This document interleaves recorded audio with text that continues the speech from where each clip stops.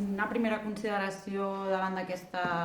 definició del que serien les violències dins de l'àmbit educatiu, una cosa en positiu que creiem que inclou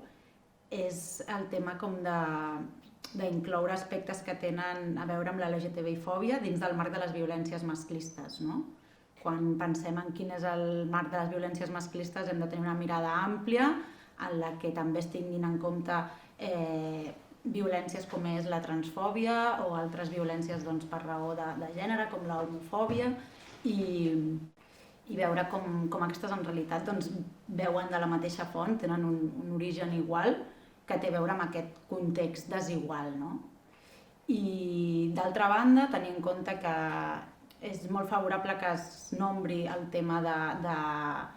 de la violència entre diferents agents, i no només entre persones, entre iguals, sinó també de professorat cap a alumnat, ja que és una de les manifestacions que cada cop està sortint més a la llum i per tant és molt important posar-li el focus. I també tenir en compte que no només parlem d'una violència interpersonal, d'agressions entre persones, sinó que també parlem d'una cosa molt més contextual, molt més estructural, molt més simbòlica, i que per tant tot el que passa en l'àmbit educatiu també té a veure amb tot el que passa a la societat en general. I totes aquestes dinàmiques de naturalització de les violències, de la dificultat per identificar-les,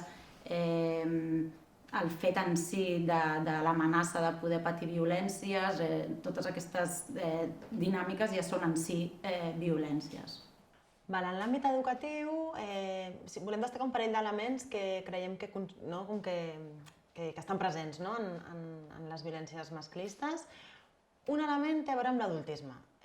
L'àmbit educatiu és un àmbit que està supercreuat per dinàmiques adultistes. Això vol dir que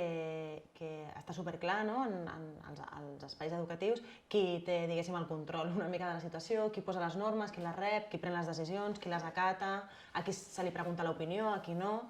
I també que des del món adult, el professorat i altres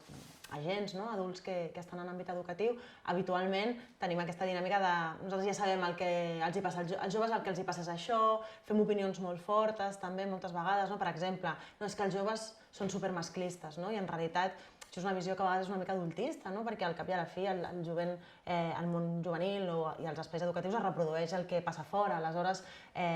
assumir o dir que hi ha més masclisme, per exemple, entre els joves, d'alguna manera els estem mesurant amb una mesura diferent al món adult, perquè al final estan reproduint el que al món adult no hem sigut capaços de superar, algunes traves i algunes desigualtats, violències que no hem sigut capaces de superar. Llavors, aquesta mirada adultista crec que és important que la tinguem en compte. I un segon element, o una segona dinàmica que també és important, és el tema del racisme. Com, i això ho hem de tenir molt clar, quan ens apropem al tema de la violència masclista en l'àmbit educatiu, com ens és molt més fàcil detectar les violències quan aquestes violències les desenvolupen persones que formen part de grups estigmatitzats. I això és una cosa que és important també que hi posem cura i consciència. Nosaltres una mica des de l'experiència, sobretot en els centres educatius d'educació secundària, veiem que la violència sexual és com una de les violències més presents i una mica com el pilar de les violències masclistes, entenent les violències sexuals des d'una manera molt àmplia, evidentment amb diferents manifestacions, però una mica com un marc en el que es mouen moltes de les violències que es donen en el dia a dia. I veiem que aquestes violències sexuals al final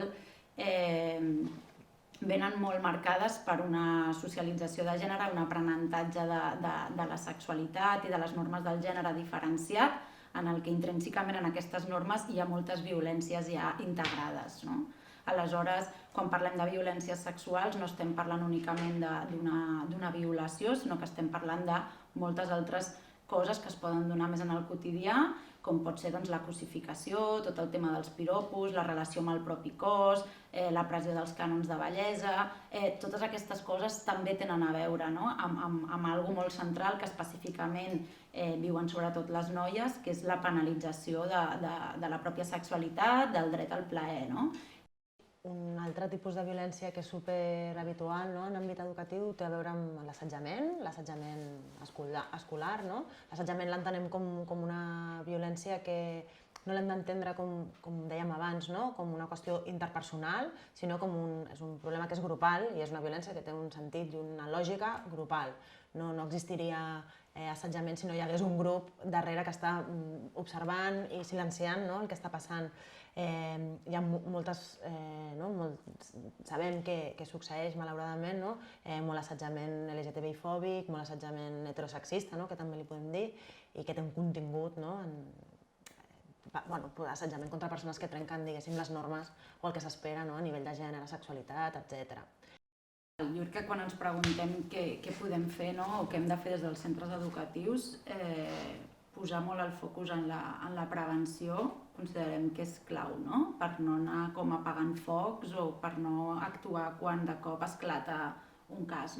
Casos n'hi ha a tots els centres, se'n parla poc o se'n venia parlant poc perquè segueixen un tema molt tabú i trencar aquest silenci té totes unes implicacions i és difícil, però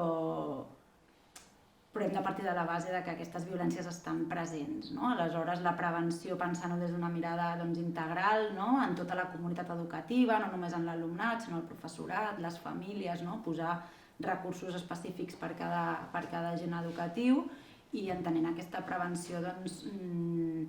amb estratègies que siguin multinivell, que puguin treballar de diferents maneres, que no es centrin en accions concretes i úniques, sinó que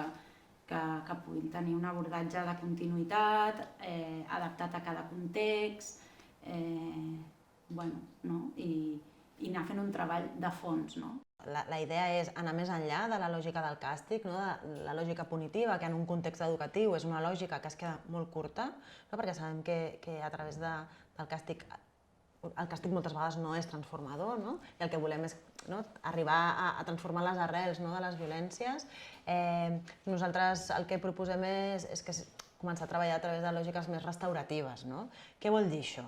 Els models restauratius el que fan és que posen al centre les necessitats i l'agència de la persona que està en rol de víctima. Quan parlem de víctima sempre entenem que això són rols, que no és que la persona sigui com identitàriament una víctima, sinó que és un rol que té en un moment donat, que és el de rebre les violències i que a vegades quan les rebem ni tan sols són passives, quan les rebem, vull dir que aquí tenim sempre agència i llavors una mica la perspectiva restaurativa posa al centre això,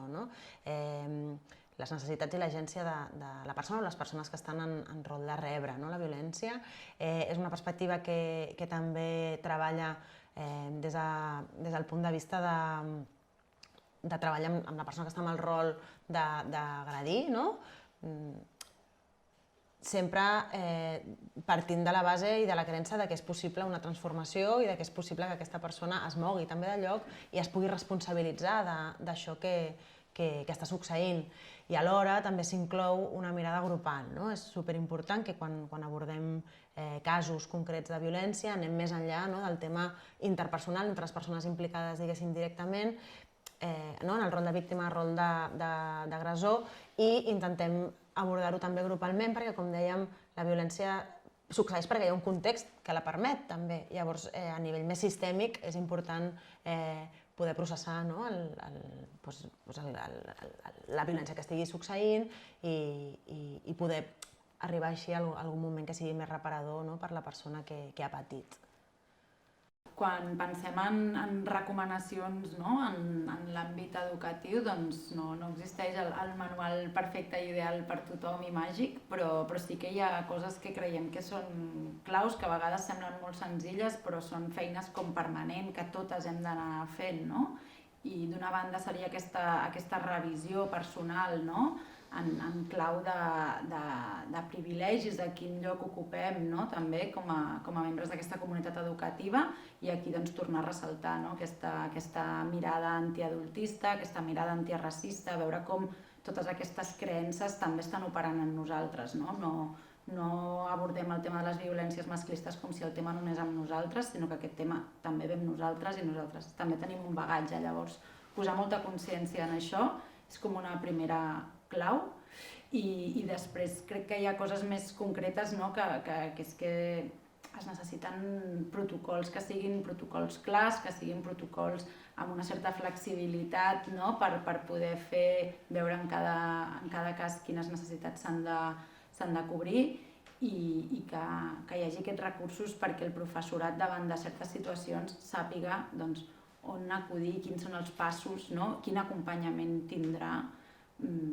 perquè si no també sovint, si no hi ha tot això, el que s'acaba fomentant és continuar amb aquesta cultura com a encobridora, no? Una mica de les violències. I alhora també hi ha un tema, no?, que té a veure amb la credibilitat, o sigui, com